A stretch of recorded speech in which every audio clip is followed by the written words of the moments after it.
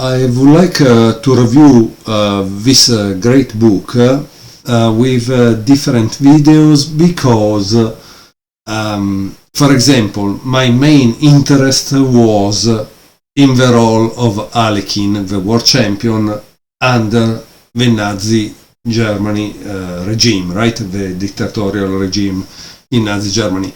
But you must understand that the author has a broad view of the topic, which is maybe even more interesting because he says, you know guys, the USSR is famous as the fourth totalitarian state to promote chess.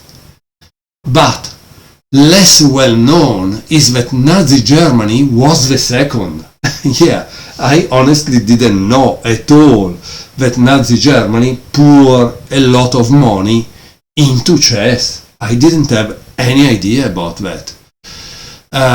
So what happens is that the Fourth Reich gave chess a tremendous financial and propaganda boost in hopes of making Germany a dominant chess power. Yet this aspect of the Nazi era has received scant attention in later German literature, and even less in English.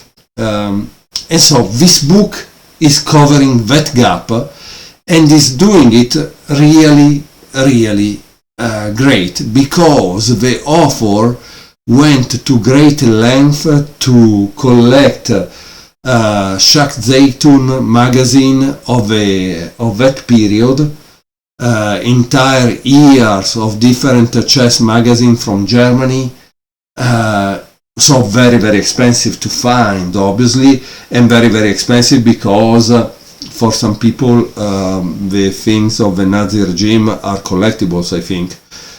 And then the problem was to translate them.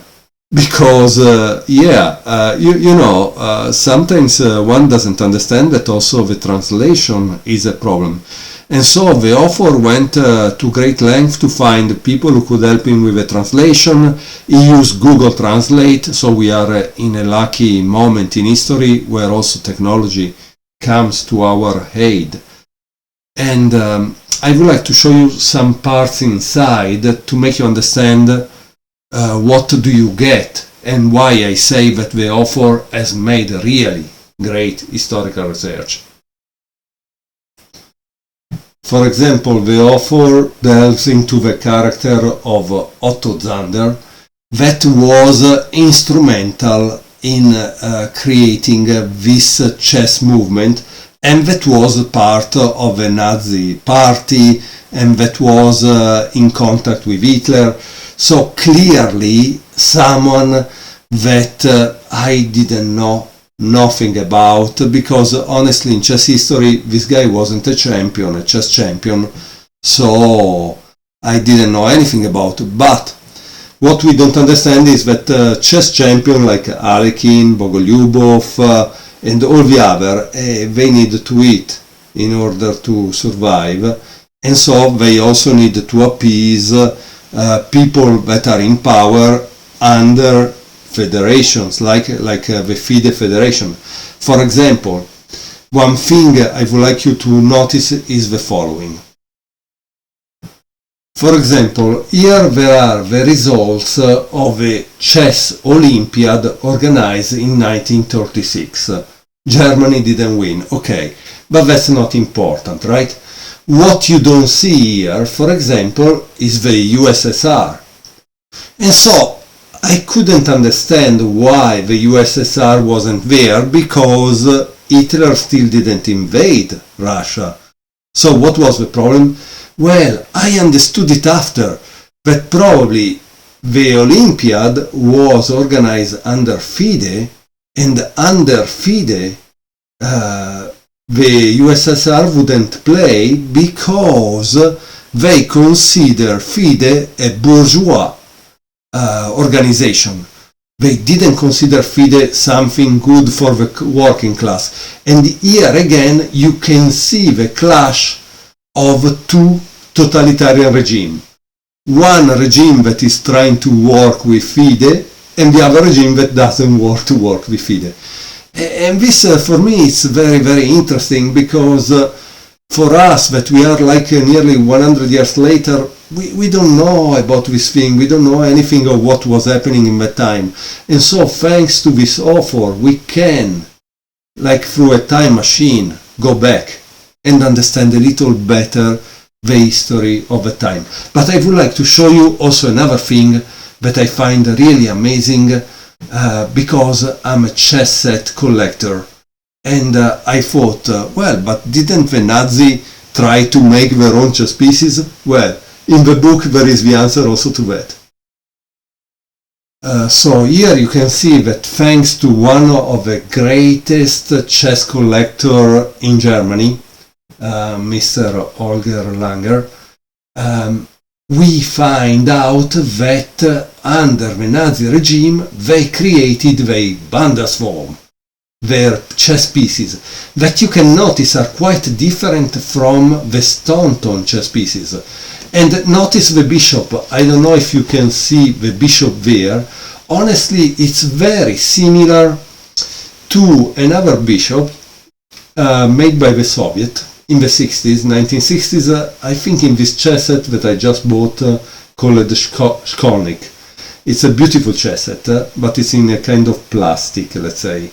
In any case, as you can see, the author of this book went at great length not only to give us tables of results, games, there are more than 136, but he went to great length also to locate the chess pieces used in that period.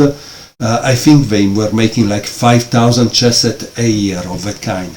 So I think if you are interested in chess history, this is clearly the book. Honestly, I love all the books by McFarland because they are really a nice addition to my chess collection of chess books.